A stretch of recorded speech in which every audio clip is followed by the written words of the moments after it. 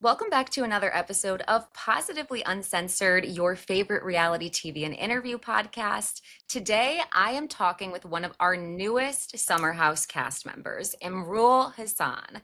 Throughout this episode, we are going to go beyond the edit, hear from Imrul himself regarding his thoughts on the season, his edit, moments we may have missed, and really just get to know the layered person that he is. Welcome to the show. Thanks for having me, Leah. Excited to talk to I'm you. elated that you're here. I've been dying to chat with you, so sincerely thank you for your time. Absolutely. I first of all wanted to start off the episode by acknowledging the fact that Father's Day was this past weekend and offer my condolences to you and let you know that I was thinking of you this past weekend as you did unexpectedly lose your father recently. Yeah, thanks so much for sharing that and holding space for me. I really appreciated the whole Bravoverse. My friends, my castmates have been so tremendous in reaching out and offering support, and like I said, holding space. It really means a lot. It's been difficult. You never know what to do in these situations. You do your best, and and having the support and well wishes, all that does elevate me and kept me grounded and kept me, just kept me in good spirits as much as possible throughout these difficult few weeks. So thank you. I'm glad to hear that they've sort of wrapped around you and rallied around you to support you during this time. I also thought that we would start the episode by sort of honoring your father, and maybe you can share with us what's one of the biggest lessons that you've learned from your dad. Yeah, there's so many lessons I've learned from my dad, but I Right, it's think like hard to yeah, pick. yeah. He was a man of, a few words but actions. So hopefully I can learn from that. I feel like sometimes I'm the other way around, but um it's courage and courage through adversity, which I've taken from him the most. He came to this country with absolutely nothing.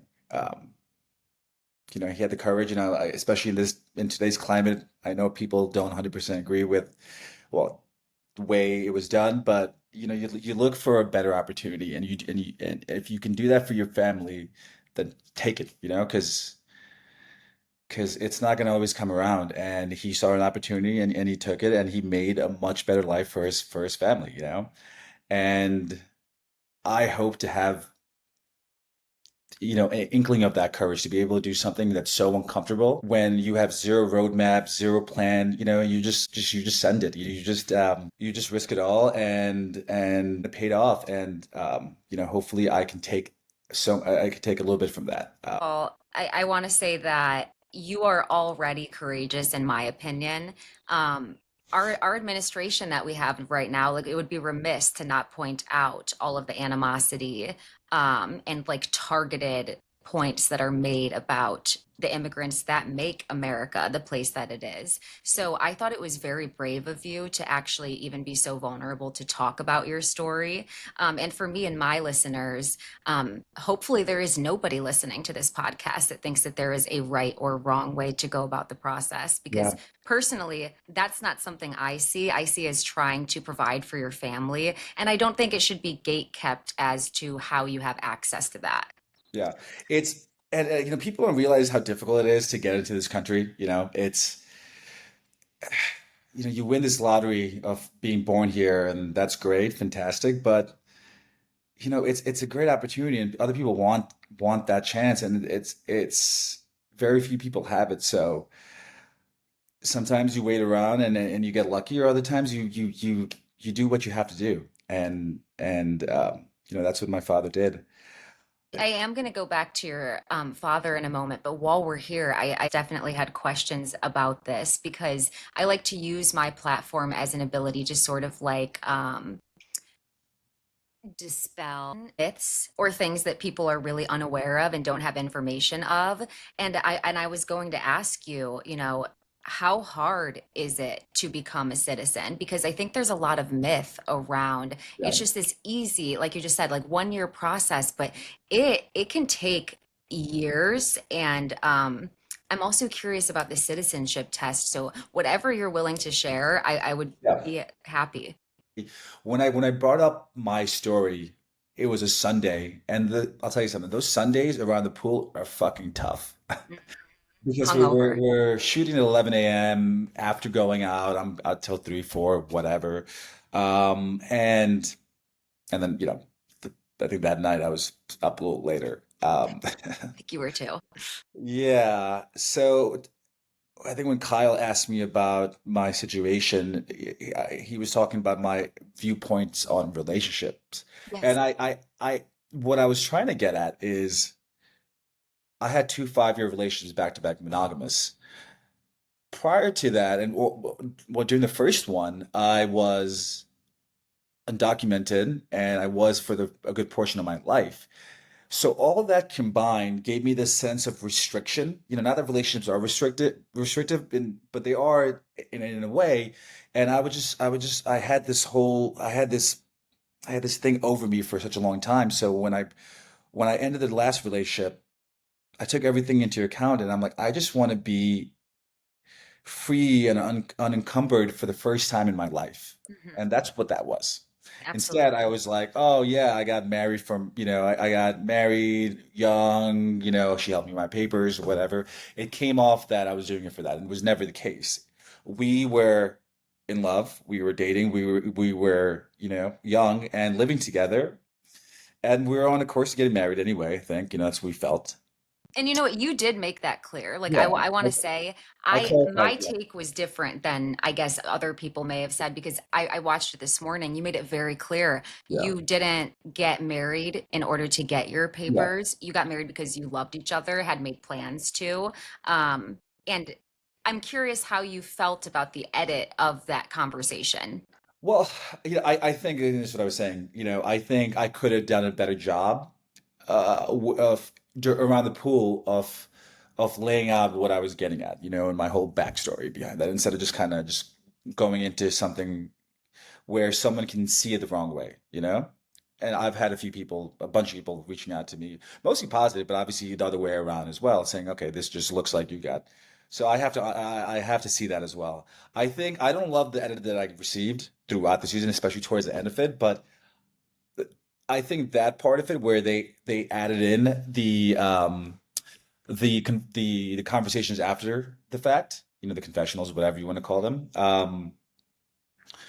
I think they did a better job of contextualizing everything. So that part was good. What happens later on in the season, that's a whole different conversation. But I think that part helped show that, yeah, we were on a course to getting married, and this was something that we're like, okay, well, let's just do it now. What's the difference, right? And we're in love. Let's do it. And let's see what happens. And we stayed together for a while. The process once you do that is it's difficult. There's a bunch of interviews. There's a rigorous process. When people reach out to me, like I hope ICE or I've already sent this to ICE and this. You worry a little bit. I did an article with Newsweek not too long ago talking about that.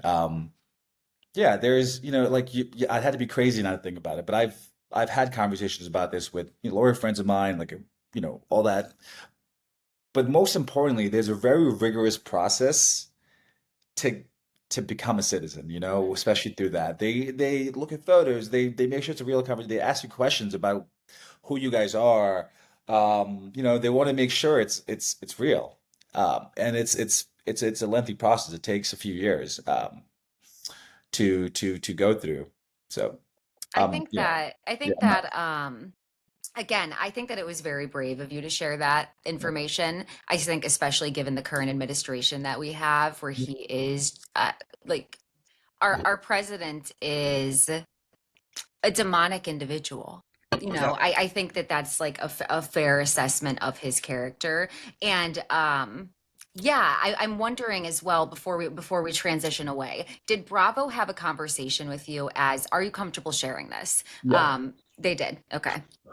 Yeah, I mean, one of my, when we were doing the whole process before getting cast, it's something that I openly shared with.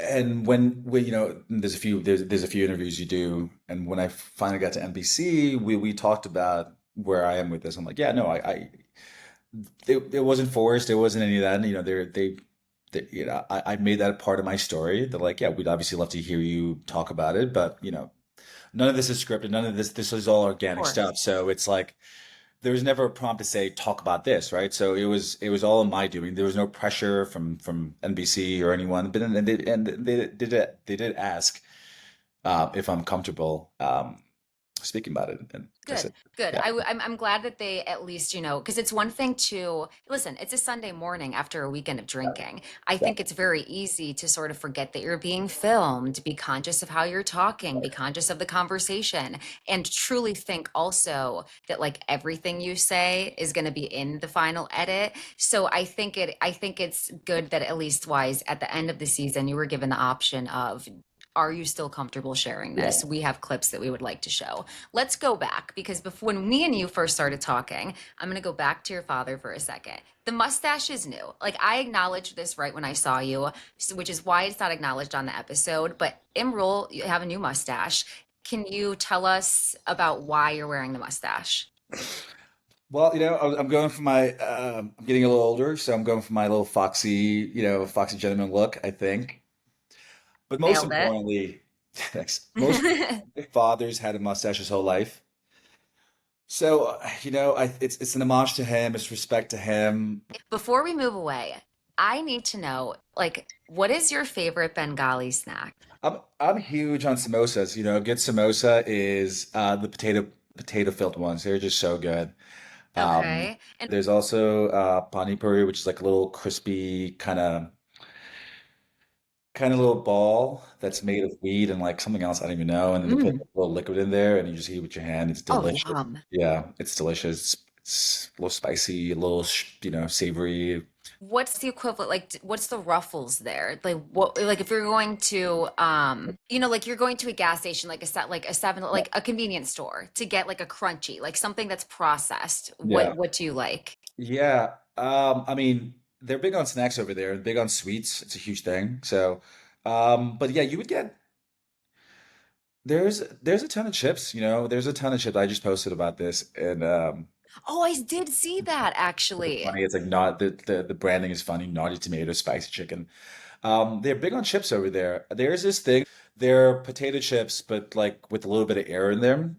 I think I So know what you're yeah, talking about because I have like they're like puffed up. yeah, a little puffed up. So that's like the national chip of Bangladesh. Okay. It's like these little small potato crisp things. Yum. They So good. sound great. It's so good. I had them all the time. They're like a penny. So I'm not here Hmm. over there. Right, So right. yeah, I'm gonna try to order. I've always wanted to do those like food boxes where it gives you like all the snacks from all over. I would really love to get a box of snacks now. All of those sound very good. yeah, Okay, let's continue. I'm going to get more into your personal life really quickly because I think that a lot of viewers are very curious about that. I think we talked a little bit about this before the episode, but you mentioned on the show the experience of growing up in a Muslim household and some of the rigidity that came with that. You talk about praying 5 times a day. You talked about how you did not have sex. I'm curious to know more about your childhood and what you can share and if you have siblings. yeah. Well, I have an older brother who's the exact opposite of me. Hardworking, monogamous. Just keeps his nose down and does just quiet and lives his life. He has a family, and a nephew and a son, my nephew. Yeah, good guy. But very different from me. I think he just he kind of just leaned into just keeping your head down, work hard. Hmm. The immigrant way. And I was like, fuck that. I was like, I growing up was I've always had like a big personality, but I was also very nervous because one, being undocumented, right? Having that, being different. There's a book that I love. It's called Third Culture Kids, and it's this idea that children of immigrants have no place to go. It's like you're not both those things, especially when you're growing up, because you're trying to figure out, okay, well, you go home and it's Bangladesh, you leave and it's America, like where, and then you're trying to mix and match the two different worlds, and it's very difficult to navigate through, where you feel like you don't belong anywhere. And yeah, I felt a lot of the pressure of my roots and my upbringing throughout my teenage years. Um, where yeah, you don't talk to women, your girls for that matter. That's Right. not a thing you do. I mean, obviously it was happening, but you don't date. That's not a conversation you have. I never had a conversation about sex with my parents. You just definitely don't do that. That's shameful part of life. You do it. When you get married, you have kids. That's it. That's the only reason you do that. At least the way I understood it for the longest time, right? And I never felt dialed in that way. I think I always had a hard time being told what to do and saying, Mhm. well, you do this because you're supposed to do it. To relate to like your childhood a little bit, so I'm wondering, I'm a pastor's daughter, and I felt like there was really no conversations around sex. I was in church Yeah. a lot. Church, what I got about sex very early on was it was bad. We should be abstinent. If men lust after anybody except their wife, like that's a Yeah. sin. And I remember in health class, I was always sort of painted as like a ditz, is what I would get called, because I truly did not know what other people were talking about. Yeah. Like I have this memory of my teacher talking about like oral sex, and I thought that that was when you call someone and you're like, you look amazing. Like, and you just sort of talk kind of dirty to them. And my teacher was flabbergasted that that was my understanding, but we didn't talk about it. And I'm wondering if you ever had experiences like that as well. Yeah, I mean, the first time I think I was dirty talking to somebody when I was younger. Yeah, kind of the same thing. I didn't know what I was doing. I was just like, Yeah. and it was something along those lines, and it wasn't it. It was even more like I think for me, I learned too much from porn, and that's not a healthy place to be. There's a whole shame cycle that happens with it because you don't have these healthy conversations, And then I got thrust into my first relationship. Did that for 5 years. We figured out a lot of things. And I talk about this in my reunion a little bit. It's like, yeah, I learned so much from those two relationships that got me to where I am right now to realize, okay, what do I really want? Am I supposed to be monogamous? Is that's what I've been taught, my whole life, and that's what accepted? Or do I live my fucking truth, which is like, I, you know, I kind of equate it to like, I don't know, like I have different wants and needs, and I think it's one person can try to fill that, but it's oftentimes them reaching to get to you where you are. Um, and I kind of just want to have different experiences with different people. I've always over the last few years I've realized that part of me. I think that works well for who I am because and I'm also I think the hardest part of this is the jealousy part. I think most people can't get over that. I think in practice Mhm. they okay, that sounds great, and then they do it. It makes you feel a certain kind of way. I think I don't. I haven't at least experienced. I'm like, do whatever you want. We learned that you were cast on the show because you were, from our understanding, friends with Kyle. Is that correct? Yeah, yeah, yeah. I'm friends with Kyle. Met him. We hung out a few times before the show. Okay. Like So, friendly enough. okay. So you guys had like a friendly relationship, but it wasn't a best friends thing. Like you'd known him for 10 years or something. No, no, no, no. No, they refer people that they know, and they make a list of people they send out to casting, and casting reaches out and talks and see if it's a fit. There's a whole process behind it, but we're definitely not best friends. But he's a What great did guy. I think he's a great guy. I like him a lot. He's fun as hell, which is something I resonate with. Yeah, I'm curious. What did you think? So you knew him a little bit, and then had you seen the show? Like, what do you think about the Kyle that we see on show versus the Kyle that like you've known in person? Same person, you Same know? person. Yeah, there's some people who probably aren't the same people, but if nothing else, I think he's authentic. He is, Mhm. he puts it out there, wears his heart on his show, on his sleeve, sends it, that's that guy. He's workaholic. That's all the same things I've seen off camera. I don't think he's any different. Okay, and then when you're learning of this opportunity, what made you decide to do Summer House? I went back and forth. It wasn't an easy decision. It wasn't like it wasn't like, oh my God, I have to do it. I was talking to Jesse about it. And he's like, and Wes, you can see like those guys, this is what they want, and Hmm. this is, and they're great at it. Hmm. Amazing. Um, but for me, there was a lot of back and forth. I wasn't sure, they weren't, production wasn't exactly sure either. I mean, what made me want to do it is I'm like, I know my whole background. I know this whole history behind where I came from. I wasn't supposed to be doing this stuff at all. And I'm like, fuck, it'd be really, really cool to be on TV and have this experience and have a fun summer and who knows what this. I had zero expectations of this. Zero.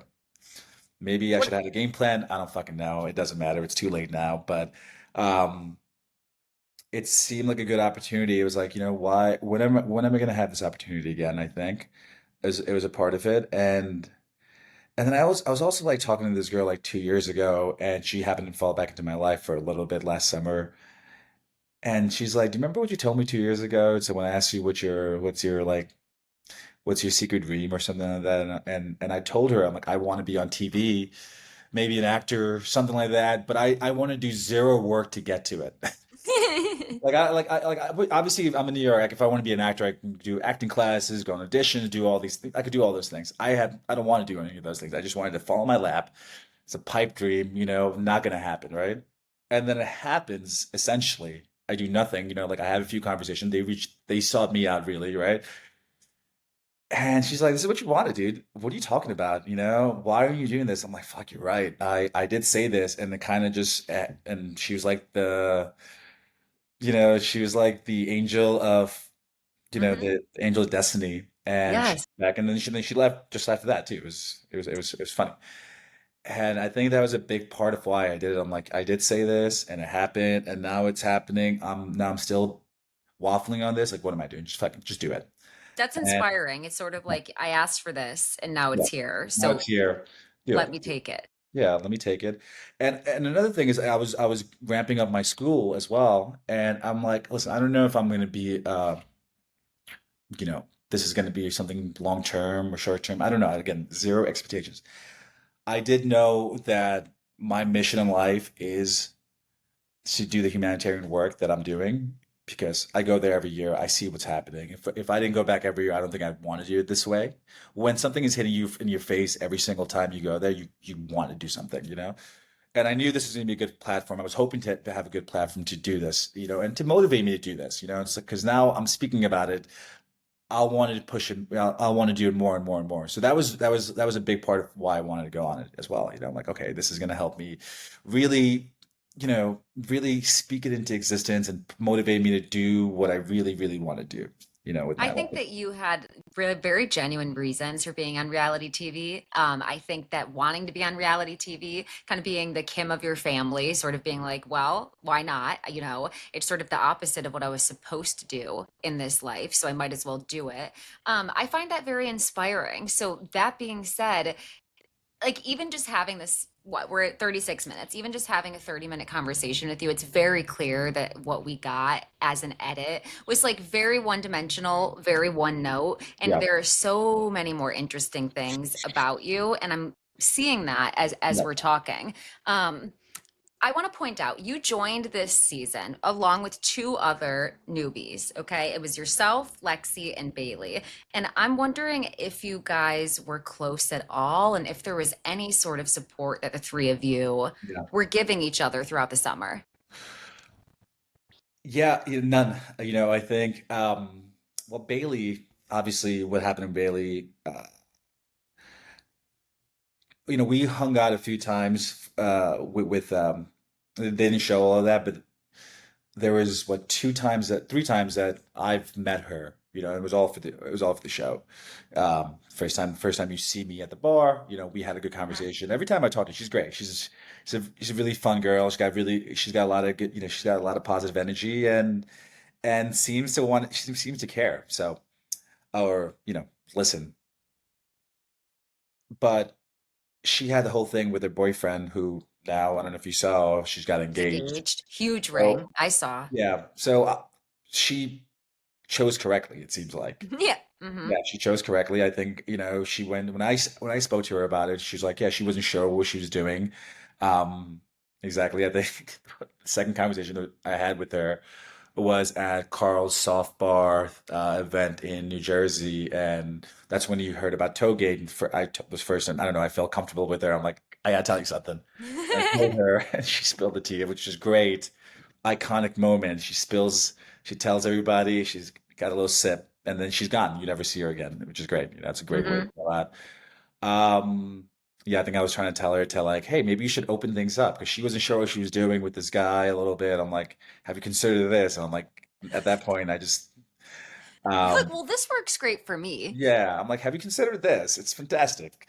Not for everybody, obviously, and not for her. And she, Hmm. you know, you know, And then also for Lexi. her. And then Lexi, I think.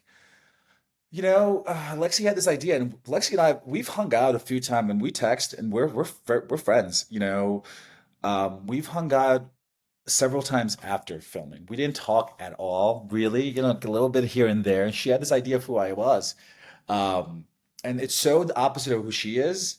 And I think that created a rift. And then she also blamed me for the Tollgate thing too, which I'm like, why? I didn't do anything. He's the one and she's like, well, you dared him. Like, I don't remember daring him, but whatever. He was in there for 38 minutes, just hanging around, lingering, being a weirdo. Um, Yeah, let's talk about Toggate real quick, yeah, like while we're here. it was a toe. That's Yeah, that's sort of like mind-boggling to say to blame you, especially because okay, from our understanding, there was no knock. Jesse just sort of barged in yeah, on you. yeah, Some people were speculating that this was all a setup. You two were at the bar talking and like throwing out the idea to each other. And Jesse was like, well, what if I come in later? And you yeah. were like, well, try it. That's not true. Not true at all. Um, he he knew one of the girls, okay, but he didn't know that going in. We just, we went in, and then he got whiff of the fact that I was there with two girls. And he's a frat boy, he's got that frat boy energy. That doesn't change. He's growing, he's maturing, I'm sure, but it's still in him. Yep. We're friendly as well, friendly enough, but Hmm. um, yeah, that's what that is. That's just him, and he brags about it, and he's just barges in there, and it could have been a lot worse. But it wasn't, and and at that point the girls and I were just like we're all just shooting the shit, to the point that it got to be I'm like okay it's getting a little long. I didn't realize how long it was, and then I'm like well you're here get in bed I guess or whatever. I think he got I can't remember exactly what happened, Hmm. Hmm. but he put his toes by our face and he got his big ass feet. I'm like I guess girls suck his toe, Hmm. um, and that's what it was, and then he left. That's a whole story. Um, I brought it up to him a week later, Hmm. and that's what created a rift between us because the Hmm. way it comes up to him is the me fabricating or me making a story bigger than it is, something that I didn't care about, which, I'm so easygoing. I think I'm like, well, maybe it's not that big a deal. And another part of me is like, no, that's not cool. Totally not Bring cool. it up. Because I am easygoing, I'm like, like no harm, no foul kind of thing, whatever. It could have been worse, but it wasn't, I guess, right? So I'm like, whatever, it's not a big deal. And then I talked about it, and one of the things you do for the show, it's like people ask me, like, is any of it like scripted or anything like that? I'm like, none of it is. But there's a lot of psychology that happens behind this. We all have a producer that we debrief with Monday, Tuesday, or whatever it is, for like an hour, hour and a half, talking about what happened. So it's like a therapy session and it keeps things fresh and front of mind. So I brought that up. I'm like, is that fucked up? Like maybe I should bring it up, and Hmm. that's what it was. And I brought it up to him, and then he took it as like, okay, well, dude, you're just trying to make a story for yourself, and to the point that he never. And I'm like, not at that point. I was pissed off. I'm like, just apologize for it. That's all I want. You're like, you shouldn't have walked in there. And he's like, all right, I'm sorry, like but he wasn't. And that was frustrating. We moved past it. But that was the frustrating part of it. Like I said, where I don't know, it's like, how do you think it's okay? You know? I had a question about that because, me and my girlfriends, when we watched the episode, we're like, that's so uncomfortable of him. That's so entitled, Yeah. and to just like walk in there. There's no idea in what position you could have been in. But No regard for the girls. And I was wondering, did you feel like at the time that crossed a boundary for both for yourself and for yeah. the other two?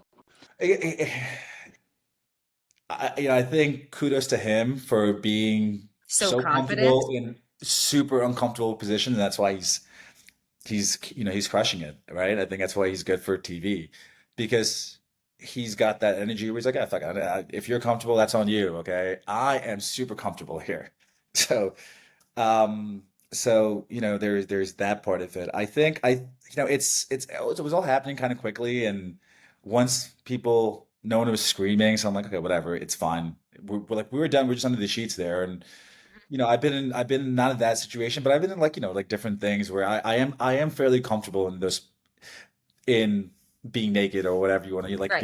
being in some condition like a position like that. And I think he thought that too. That's what he said. He's like, oh, it's Emerald. It's what's the big deal? What's the big deal? I brought this up in the reunion. I don't know if it aired. I didn't get a chance to see it actually. With everything going on, where I'm like, if I did that to you and Lexi, I would be thrown out of the fucking house. Such a good point. You would I, have. I would have been like I would have been ostracized, and the girls were like, "We didn't throw you out of the house." I'm like, it would have been so different, but it's me, so it's okay. And that's kind of fucked up in its nature. I'm like, I didn't ask for this. I don't I didn't I've never once talked about any of this stuff. Like I've like in the sense that like I'm not out there bragging about things. Every single time they asked me about it. And that was super frustrating too, where it's like, okay, well, and like even.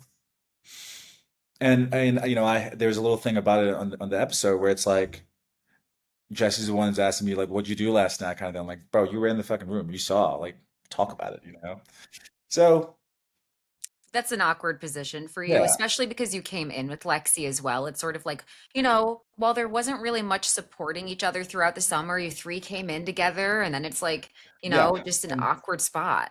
then she just thought I was just like some sex fiend, which I if we don't have conversations and all you hear is this or me talking about, I'm mentioning the play party and then, bringing people back, I get it. I get it. And she is a really, really sweet girl. And we spoke about that after, like I said, after the fact that, that's what created the rift. I'm like, she felt that way about me and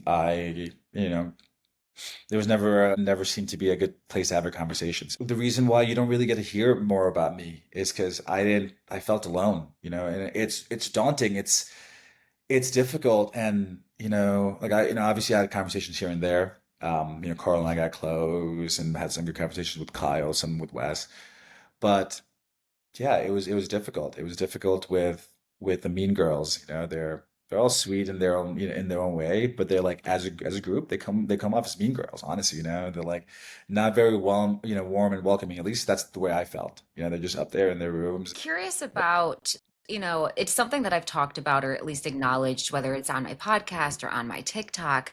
I couldn't help but be a little perturbed personally, just because, okay, you're a man of color, you're on our show. Everybody's calling you orgy beast and like hypersexualizing you and like hyper fixating on that one aspect of your personality. And I just wonder if that's a reality of something that made you uncomfortable as well. Yeah, yeah. I mean, I as much as I am open and I do love sex. That's not. Right, I don't know if I love talking about it. It's right. like I'm not. That doesn't have to be my thing. Hmm. Again, I don't think I obviously I did talk about or I mentioned it to the producers and a few of the guys at the house that I was going to a play party just because I thought it was interesting. Hmm. I didn't realize, and maybe I should have, how much of a thing that would have been because yeah, orgy beast is whatever, but it's also like not exactly who I am. Right. I've gone to one, Hmm. gone to one, and now like people like DM me like I need some advice, but where can I go to a play party? I'm like, I don't really know. Um, You don't want to be like the resource for that. yeah, yeah, no, Yeah. again, yeah, it's. because yeah, again, I'm a novice in this as well. But it became painted as my whole thing, and we don't get to know more about me. And that was again, that was the most frustrating thing. Like no one was like I mentioned the thing about maybe it's my fault for like not bringing it up more, but I don't know. If someone told me that oh shit, this is like my backstory of what like no one had any follow-up questions for like was curious about that. Oh, how was it like being undocumented in America after 9/11 Right. as a Muslim? Like it's different. It's a different experience, and I don't know, no one gave a shit. So there's that. So we don't talk we don't hear more about it. Just that one little thing around the pool and that's it. And then when I do talk more about who I am, they cut me out. Like Mhm. that was something that it's super I don't know. I don't like people ask me, did I get a bad edit? And in the reunion, I said I don't think I mean, I did and I didn't, but I didn't get to see the episode because they didn't finish it. They usually send us all the episodes before the reunion, but they were like running late and they only sent like little clips of the last few episodes. So I didn't realize they cut me out of the whole dinner scene, which is so disrespectful. Mhm. And in that dinner scene, I talk about my school. That's when I talk about my school, and they chose to cut me out of that. And I was only there for like half the weekend. And I go into the house after like whatever Sierra called me out, whatever you want to call that, right? And Paige was being bitchy, essentially. And anyway, I go in there for the weekend. Oh, I'm sorry, half the weekend. And I go into the house, everyone's sitting there, and I apologize to people. I'm like, listen, I'm obviously having fun. It's a summer, but I'm new here and I'm treating this place like a hotel room. I'm not really getting to know you guys. And for that, I feel like I am overstepping and I'm not being as conscientious as I want to be. I still want to have a good time and have fun. It's what the summer's about, but I want to be more mindful about the rest of you guys. I think it's something that I have to keep into consider and hopefully grow from. And everyone was like, yeah, they accepted that. Sierra was like, yeah, when you're in this house, your family, and we'll accept that. And Lindsay said something else, like maybe not or something. But they cut that out and they cut out this other part, like you said, the dinner part where I talk about my foundation. And Did if they I had give known, any reason? if I had known that, I would Mhm. have said something different in the reunion because yeah, that makes it seem like how am I supposed to read that? And I reach out to the producers. I'm like, why would you guys cut me out of this? Like, well, the network chose what the network chose. That's what the answer was. I'm like, okay, whatever. Like I'm not gonna get anywhere with this. I don't even know what I'm expecting to hear at that point, right? It was their decision, and at that point, it does seem like they were trying to just pigeonhole me as this one guy, as this guy who just like, okay, that's who he is. He's a sex dude, or whatever, and not getting along with the people in the house, and that's it instead of like, yeah, it was later. We all had a good time, and I there was much more to me, and I do share a bit more of that. And they cut that all out, and that wasn't great. That didn't feel, yeah, I watched the reunion and it made me feel uncomfortable. Like um you're obviously somebody who has like a pretty light disposition about themselves. And I think that you try to extend like a lot of grace to people. And I think that you have like a lot of empathy, like with your responses, and you try to hold yourself like very accountable. And you're always trying to look at things from a perspective of what could I have done to cause this? Like, what could I have done to make them feel this way? But I just wanted to validate really that like no, like even at the reunion there was a moment where Andy sort of agreed with you, and it's like I feel for you as you're sitting there and being like, well, maybe I shouldn't have started off so hot and heavy, maybe yeah, I shouldn't have came in here and talked about the play experience that I had, like maybe that was what made you yeah, guys follow that up with like other edits to back that. And he sort of agreed, and I hated that because no, they did have the ability to show other scenes of you. Like we just heard two scenes in one dinner that we could have seen. So I really sort of resent the fact that you were made to feel like, well, that's just what we picked. yeah. I mean, the reason I say, yeah, thank you for saying that. I've always, I think that's like strongest skill set is perspective, you know. Yeah, absolutely. I've always I always try to put myself in someone else's shoes and how can this, people have this other idea and it's not just, I think I'm great, but also like there's other there's other viewpoints. The reason I said that is because yeah, I was putting that a lot, a lot in the beginning, right? It wasn't my intention, but that was all they were getting. Oh, that was a lot of what they were getting. I also wasn't my best self. I just know that, I wasn't, sometimes you just, like there's some people who are just like on it all the fucking time and just like, I'm not that person. Sometimes I'm Right. very engaging, sometimes I'm not. And I didn't feel that way. Maybe it was a mix of the cast and the surroundings for sure. But it's also like sometimes you're just not as engaging as you want to be, and that's okay. I've made my peace with that. That's who I am. Sometimes I'm just super charming and outgoing, and sometimes I'm not, and that's okay. I think I had this big aha moment where it's like it's okay to be different people. You're not just this person or this person, or you're not just this one person, and everything else is a lie. You're multiple people trying to Excellent. figure out where to show themselves essentially, and it's not disingenuous to yourself to be all these different people because you are all these different people, you know? Right. And that's what it is. And I think a lot of it was okay. I was that person. I was a little nervous. I was a little whatever maybe, and it didn't come out. And I led with that. That's what I was getting at, and it's unfortunate, but that people, that the show didn't showcase that, and what I was saying. I like to take a little fault for what happened. I don't think it's 100% them. I hate blaming. I think Right. I'm just so adverse to that because I do think there's enough there's actions that we all do that Mhm. lead to an action, I have a or lead to a question. result. I'm sorry. So that's what I was getting at. In regards to just provide an example. Going back to what was probably like your second scene, you go to happy hour with Gabby, Carl, West, Sierra, okay? And you're sitting there and talking. What percentage of your lunch was actually talking about that play party? Was Um, it a pretty accurate representation? And then I'd like to follow that with, you mentioned that people were asking a lot of follow-up questions about your sex life. yeah. So did that conversation go so long because they were asking questions and interested? Yeah, yeah. Well, that initial that scene in the bar. Yeah, I think a good portion of it was about that because it's something that nobody else has Had done, something that experienced. I haven't really done. I don't think I made that clear though. It's like, oh yeah, I'm kind of new to this, and the biggest reason I did it was because it was like it's usually like $600-700 or six hundred to $1,000, and my friend got me in for free. I'm like, okay, that sounds like a great deal. I'll do it. Again, no expectations, and it turned out to be really fun. Um, yeah, it was a good portion of that. We had other conversations about real estate and traveling and things like that, but they shoot so much, so I didn't.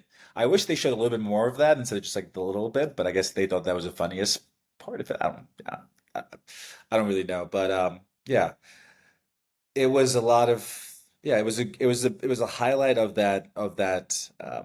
Lunch. of that lunch of that scene, and yeah, they had a bunch of follow-up questions, but Okay. yeah, Because that's but, that but, that but matters too. yeah, they had a few follow actually no, not a bunch. They're just like I, I think they were curious, but they weren't that curious. They were still like weirded out by the whole idea of it. They're like okay, Because yeah, it was sort of portrayed like multiple times during the season, like, oh, like I didn't want to know that, or like, oh, like Imrul overshared. But as a viewer, I gathered that. It yeah, seems like, well, you guys are very curious for people who don't want to know. yeah, And then I quickly wanted to hit on this. I am a Sierra defender. But I want to acknowledge that there was a moment from Paige and Sierra that I felt like was unfair towards you this yeah, season. And I do think that it was unfair. I'm going to be honest. If you we go where we're loved, right? We go where we feel loved, we go where we feel accepted. If you're not feeling accepted and comfortable in the house to have a lot of conversations, it makes sense to me that what you're going to do is find something else to do with your time, yeah, like bring home a girl. And there was one scene where you said, like, oh, like, I wish I didn't bring her back last night. So it seems like even sometimes you had like a little bit Yeah. of regret for how you were handling this awkward situation. I'm curious, have you ever done a share house experience, like a summer house experience like this before? Yeah, I've had with I mean with like close friends, I've done a bunch of shared houses. Yeah, and there's always a little, arguments about noise or this, that, the other, but it's with close friends or like friends of friends, and it's a whole different experience, than this, where it's like, yeah, I know one person and everyone else is, you know, people I don't know. I talk about this with it was, what's difficult, I think the most is everyone's so busy in that house and doing their own thing that they don't really care. I think it was a bad mix of people, someone who doesn't, honestly, and it's someone who doesn't try as hard as all the time, especially if it's not happening right away. Like I'm not pushing the envelope, and I'm not like a Jesse in that sense, right? Um, so someone who doesn't try that hard, and people who don't give a shit, it's just like Sierra's like the number one culprit for that. She just, she's like, yeah, she's like whatever. She's got her own thing going. She's fine. It's like you meet me at my level or meet me where I am. If not, I don't. I can care less. And that's her net. Yeah, and she's not hiding that. I think it's pretty Yeah. obvious to everybody who watches. So you know, we've had we've had a few conversations, but that's pretty much it. And And because you've had the experience of staying in a summer house with your close friends, I'm curious how this experience, staying in the Hamptons on Summer House, yeah, was different. And without putting words in your mouth, I guess like a general feeling I had is like this may have been like a more judgmental yeah, group than maybe you're used to. And is that a fair assessment or no? yeah. For sure, a more judgmental group. I think it's a fair assessment. I think it's people who the groups I hang out with are very open and easygoing. I think that's usually the biggest characteristic, I think, or the most prevalent characteristic is just easygoing. And I've always, I feel comfortable in those houses, going into any room and feeling like, okay, well, welcome. I didn't feel that for a lot of it. So it was. Yeah, it was a little disjointed. It was a little uncomfortable for sure to go through that. That's why I leaned into, I think, what I know. It's like a fuck it, I'll just party, I guess. There's nothing wrong with that. I'm in a great house. I'm in the Hamptons. I'm getting paid at parties. It could be a lot worse. Totally. Yeah, and a lot of a lot of the interaction was like, people are just in their rooms, and just like a good portion of that is that, right? Um, so I was like, whatever, it's not that bad, and then we'll just go do this, do that. But it was definitely different because I didn't. It wasn't a warm house for me at least. It didn't feel warm and open ever. So Do you think that it felt like a warm house in general? Do you think that this sort of what we're getting as like everybody, like we're having all these great parties, like do you think that that's just like actually not accurate? yeah, I mean, the only drama really that we didn't see between me and anybody else was the thing with Jesse. It kind of lingered on for a while, and to the point that I'm like, okay, you know what? It's not gonna resolve itself. And I don't know what he was saying to people in the house, but I don't know, there was definitely a rift that happened, and then we were like changing in between Rush Myers and somewhere else we were going. I forget now, Balance or something. And I went up to him and I apologized. I'm like, listen, hey, I understand how it comes off, and even though I didn't feel like I had to apologize, I'm like, Mhm. let me just clear the air because he's not going to do it, and I'm the new Wow. guy. So that's what you saw. I mean, that's what we didn't see. And then Paige was like, well, that should have been on. You should have waited for the camera. I'm like, oh, Okay. I didn't realize that. Okay, I'm new to this, Okay. but I think that's the only thing, drama wise, or that thing we wouldn't see, that wasn't aired. Are Definitely. there any moments that you wish that we got to see from the season? You talked about the dinner you wish we got to see. Yeah. That I wish they showed more of me hanging out with my cousin's kids. There was we did a whole thing, and then also, oh, I forgot they didn't even air this. I talked to my mother. Like they filmed me right before kickball for 30 minutes. Like talking to my mother. I talk to my mother every day. She's in Bangladesh. I'm trying to bring her back. One of the reasons why I'm going to go through this real quick. One of the reasons I have a weird relationship with my father is because he sent her back over there and didn't, with the intention of keeping her there. So it's been a whole thing. And it's very complicated. It's very convoluted. It's very hard to grasp at because it's like, how do you, it's such a foreign thing for even for people from that part of the world, but it happened. But I talk to her all the time, and I've been supporting her for the last, 6, 7 years. And we talk about that in Bengali, and they cut that all out, and that wasn't great. And what else? Yeah, and then the scene with my cousin's kids. I love my cousin's kids. We were playing. We and my uncle, and I talked about my school again with him because he's helping me with that because he lives in an island, so he was giving me some aid with that. And me and my cousin's two kids were just playing. You saw a little bit of it, me just sliding down, but it was like I feel like they could have done a little bit more of that. Definitely. Um, and I wish they showed me and Carl going out. We had a good time. Because it was honestly most of the nights were just me and him. I think the guys. I think Wes had to be protective because of what happened last year, and he's like, he didn't want to anyone. He had his little, he would go out at least the nights that I was there. He would go out every now and then, but kind of did his own thing. Hmm. Obviously, Jesse was doing his own thing, and he wasn't really going out that much. Hmm. Kyle would come out every now and then, but yeah, me and Carl were out there every night that I was there, or most nights, and we had some good times. I wish we got to see all of this. Speaking of your cousin, I believe at the reunion, and correct me if I'm wrong, I apologize, but I believe you said that, like, actually, the edit that you got and what was shown on a summer house caused a problem between yourself and was it your cousin? The people that I care about, no one cares. And, this is all Okay. they all follow me on Instagram. They know who I am. Okay. I, everyone in my family is completely supportive of who I am, what I do. They see all of this. They see who, like it's not just me going out and do this, me going out and having fun, but also leading by example and doing all the things that I try to do, that I try to be an example for, be a good person, uh, have a very strong sense of responsibility and community and lead with love, and I think I know they see all that. Um, it's my sister-in-law's sisters in law's family Okay. that was like they're religious and they I guess they saw the show and they're making a stink about it. And my sister-in-law probably told my brother, it's like, well, I don't know if we should bring him or whatever it is. Because she didn't, it was, she doesn't like confrontation. She's like, she wanted it to be perfect for, not that I think there would have been confrontation. It seems silly, but whatever. Um, it was the nephew's 5-year-old, fifth birthday. So when he told me, I'm like, listen, it's do whatever you want. I obviously I'm not going to push for this. So it was that. It's not people Yeah. I actually really really care about. I mean, I was definitely annoyed that they didn't support me because I'm the only uncle, Right. in this. I'm like, no, that's not. Who cares? But sometimes people act that way because they feel like they have to. They're scared or Hmm.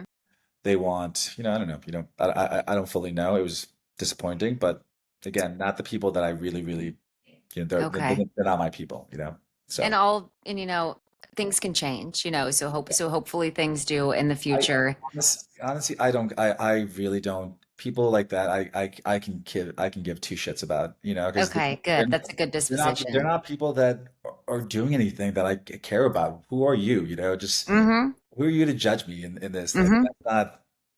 that's so irrelevant to anything you're doing, anything, and people who have that viewpoint are people I don't really want to know. And Same. it's that's your viewpoint. Great, Yeah. fuck off. Let's end with this. Do you have plans on coming back to the show? Not at some capacity. It'd be cool to. I remember. That week they cut me out, and I left because I went there Friday afternoon. We go there around we leave the city around noon. We get there around 2. Well, but we get there around 3 or 4 sometime with traffic. Wait around a little bit. So we spent all Friday evening filming and Saturday, that weekend that I went there Friday and then I left like Saturday afternoon. And I left thinking, that's amazing. I love that.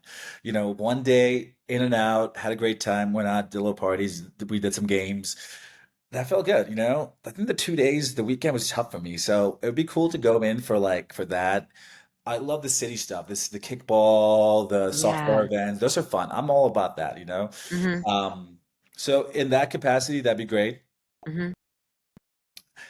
So I don't have any intention of going back you know, in a full cast member or whatever I was. Uh, But like a smaller role, like a like smaller involved. role, you know, I think Hmm. so. I mean, you know, you should be around people who really, really elevate you. And I don't know if I was elevating them and they were elevating me. So, having said that, I am curious about how this season is going to shake out. It's going to be different. It's going to be very different, you know. So Hmm. maybe I came on the wrong season. You know, the Hmm. egotistical side of me is like, well, you know, maybe yeah, maybe you do it again. Maybe it's different. Maybe you know you show people everything else about you. That part of me Hmm. does want to, you know, does want to go back. But the other part of me is like, yeah, you were drained from these weekends. You were. So So it's like true. maybe it's not the best fit, you know, and it's okay. You Whatever know, conclusion you arrive at will be the best one for you. yeah, We would love to see you on another season. However, I wouldn't blame you if you were like, fuck you guys. This is the edit I got. I'm not going to even give you an opportunity to like, yeah. what, should have another edit of me? Like, so I get you. Okay, I want to end with talking about your mission to bring English schools for generational change back home in Bangladesh. Can you tell us a little bit about when you started that? And then I'm going to put a link in the description to support, but if there's anything else we could support, please share that with us. Yeah, you know, I've been going back to Bangladesh every year for the last 12, 13 years. And, you know, when I first started going back, I knew I had to do something because, you know, when you see homeless people, you know, you feel bad, but you leave the street, whatever, you forget about it, you know. But if it's right in front of you every single time, I think we'd want to do something. And that's what I get in Bangladesh. Every time I go back, I see people who are facing adverse poverty, and I'm like, I got to do something. So I was like, oh, let me build a house. I'm in real estate. Every time I sell a house over here or I do something, I'll build a house over there. And that seemed like a good idea, but you know, you build one house doesn't really change the world or change anything. And it's also so difficult to do logistically, so that didn't work. And then internet started becoming a thing on this island that I'm from. It's called Shundeep, and it's a very impoverished place, very rural, you know, farmers and for the most part, and fishermen. And there was internet there 5 years ago. People had cell phones, so you made this huge technological jump from you know, not having phones at all in the house to everyone having a cell phone, now everyone being connected.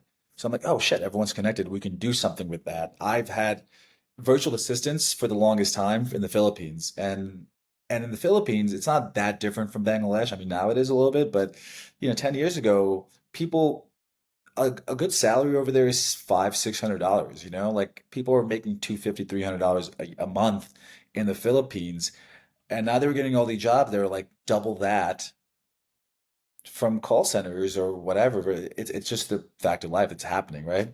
Um, and and I'm like, well, what we could do this in Bangladesh. We can get people to that level. It doesn't have to be quite that, but where they have that as an option, right? Right. Now that Absolutely. there's internet, all they have to do is learn to speak English. Yes. And I learned English,